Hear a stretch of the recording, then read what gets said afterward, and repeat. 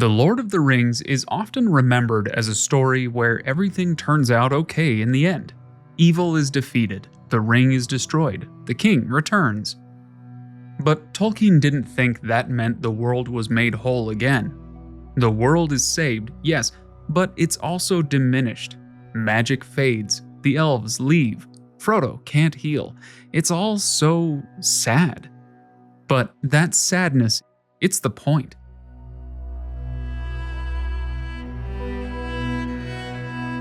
Tolkien was never much interested in clean victories.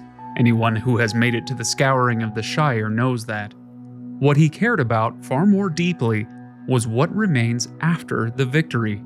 What has been lost, what cannot be restored, and what must be carried forward anyway. In Middle-earth, grief is not an interruption of the story. It's not an obstacle to get past. Grief is, in fact, one of the story's central drivers. Tolkien does not merely allow for grief, he esteems it. What sets Tolkien apart from a lot of modern fantasy isn't that he includes grief, but that he refuses to solve it. In many contemporary stories, sorrow is something to be worked through on the way to healing or growth or closure. In Middle-earth, it isn't. Grief is what happens when you love things that are finite and, crucially, that cannot be replaced. I don't know why. It makes me sad.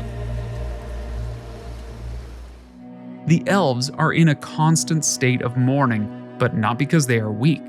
Frodo doesn't leave Middle-earth because of any failure, and the fact that Middle-earth is poorer after the loss of elves and magic doesn't make it broken. Tolkien treats grief not as a problem to be solved, but as the shadow cast by meaning itself. To grieve in Tolkien's world is to testify that something mattered enough to hurt when it was lost, and that's an end in itself.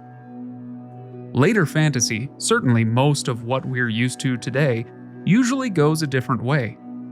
In Brandon Sanderson's work, suffering is real but purposeful. Characters are wounded so that they can grow stronger, wiser, or more whole over time. In Harry Potter, loss is profound, but the story insists on restoration. Families are rebuilt, lives continue, and the future is deliberately made safe. And in The Wheel of Time, grief exists within a cosmic system that ultimately renews itself. The pattern bends, but it does not diminish. Tolkien offers no such consolation. His world is saved, but it is not restored, and that refusal to pretend otherwise is one part of what gives Middle-earth its quiet, enduring power. Middle-earth is saturated with this kind of grief. It's not loud or melodramatic, it's quiet, dignified, and almost always tinged with beauty. Characters mourn not only people, but ages, languages, ways of life, and even versions of themselves that can never return. Tolkien does not rush them through this mourning. He doesn't even suggest that it's something to be overcome. Instead, he frames grief as the cost of loving a world and a life that is fragile and finite.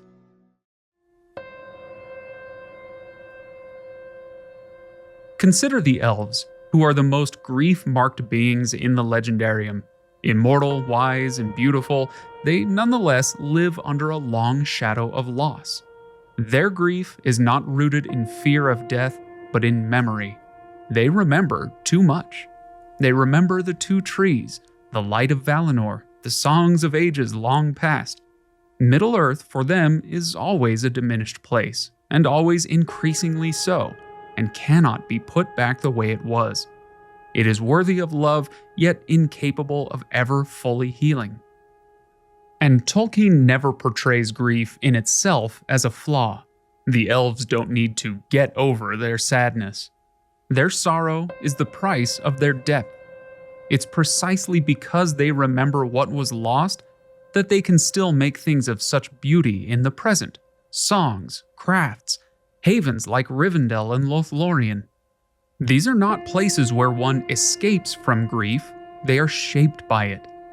They are attempts to preserve loveliness in a world that will not allow it to last. This is why the departure of the elves at the end of The Lord of the Rings is not a triumphal moment. It's gentle, melancholy. The passing of the elves marks the passing of an entire mode of being. Middle-earth becomes, from that point on, a poorer place, more ordinary, more mundane, more human. Tolkien does not pretend otherwise. Progress always involves loss. The same pattern appears in the story of Númenor, whose fall is perhaps Tolkien's most explicit meditation on grief and pride. The Númenorians are given long life and wisdom, but they cannot accept the one thing they are denied: immortality. Their tragedy is not the fear of death, indeed, the elves call it their gift. The tragedy of the Númenorians is that they refuse to properly grieve. Instead of mourning their limits, they rage against them. They seek to conquer death rather than to reckon with it, and in so doing, they lose everything. Tolkien seems to be making a subtle but important distinction here. Grief, rightly ordered, is a response to loss that acknowledges reality. It says, "This mattered, and now it's gone."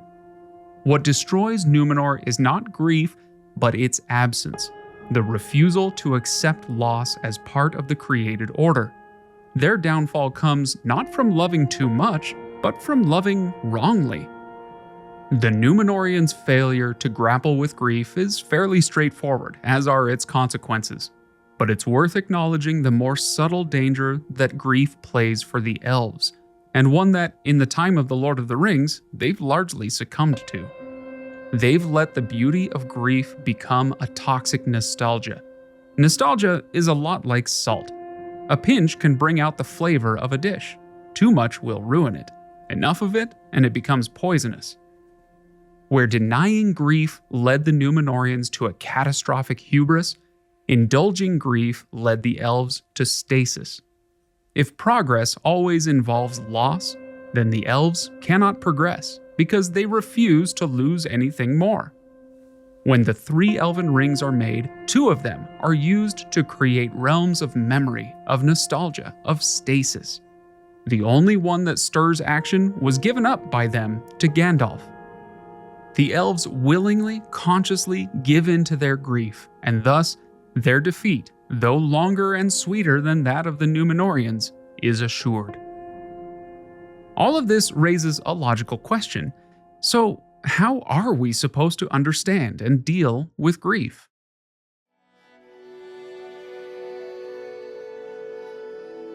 Nowhere does Tolkien show the value of grief more clearly than in the arc of Frodo Baggins.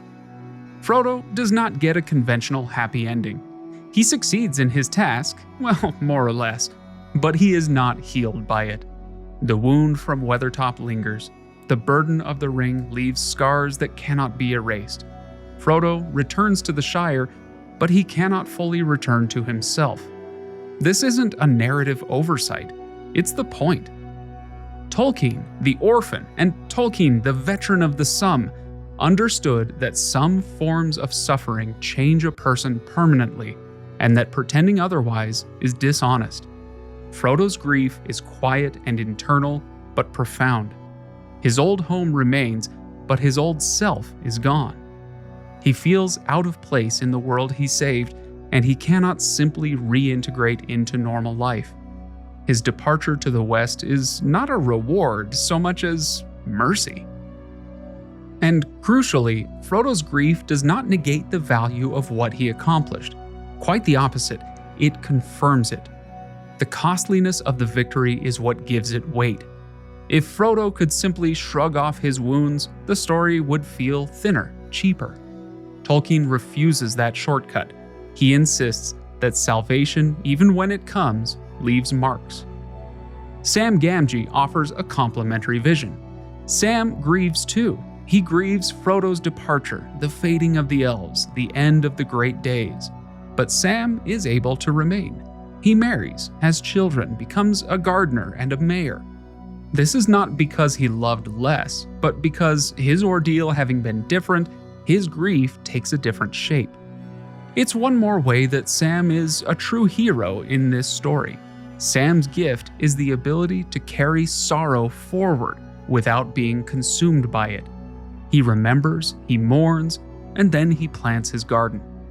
His relationship to life and beauty and grief make him the best role model in the story for those of us who have to leave Middle-earth and come back to live in the real world.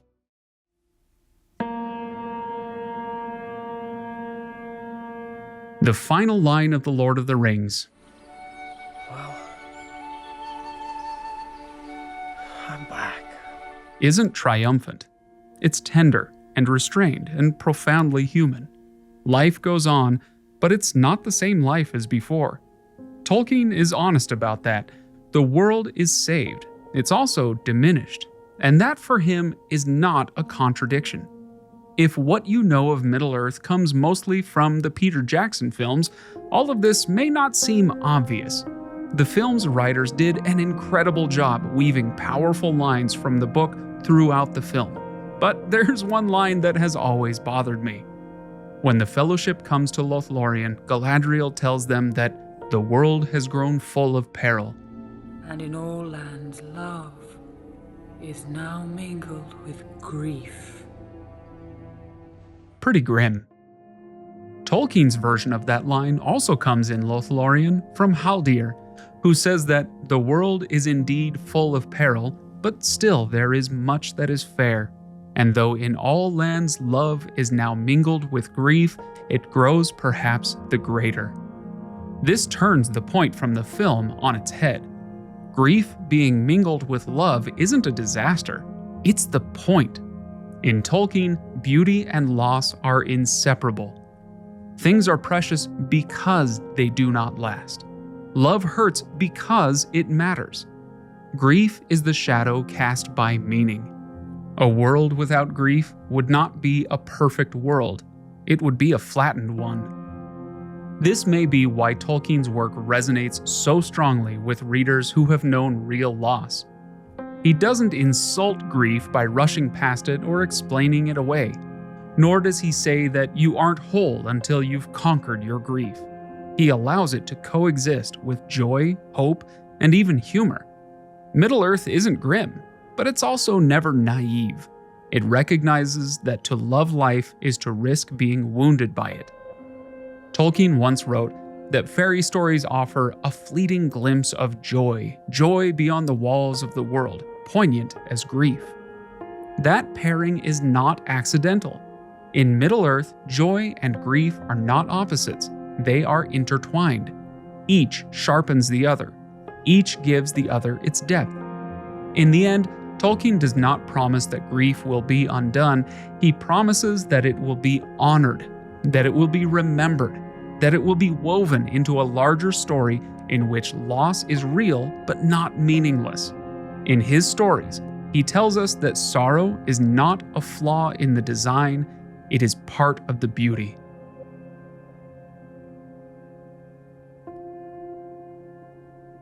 Before you go, one last thing. 5 years ago, I hinted that I wanted to talk about this subject. In fact, in a future video, maybe we should tackle why Tolkien valued grief and sorrow so highly, but not today. And a lot of you remembered. A lot of you asked about it in the comments. It's taken me a lot longer than I expected to come back to it, so I wanted to thank you for your patience and for your notes and for trusting that I'd get here eventually. If this kind of close reading, this kind of slower thinking, is something you want more of, good news, there's more of it coming. So make sure you subscribe to the channel. I would much appreciate it. Thank you so much for watching, and see you next time.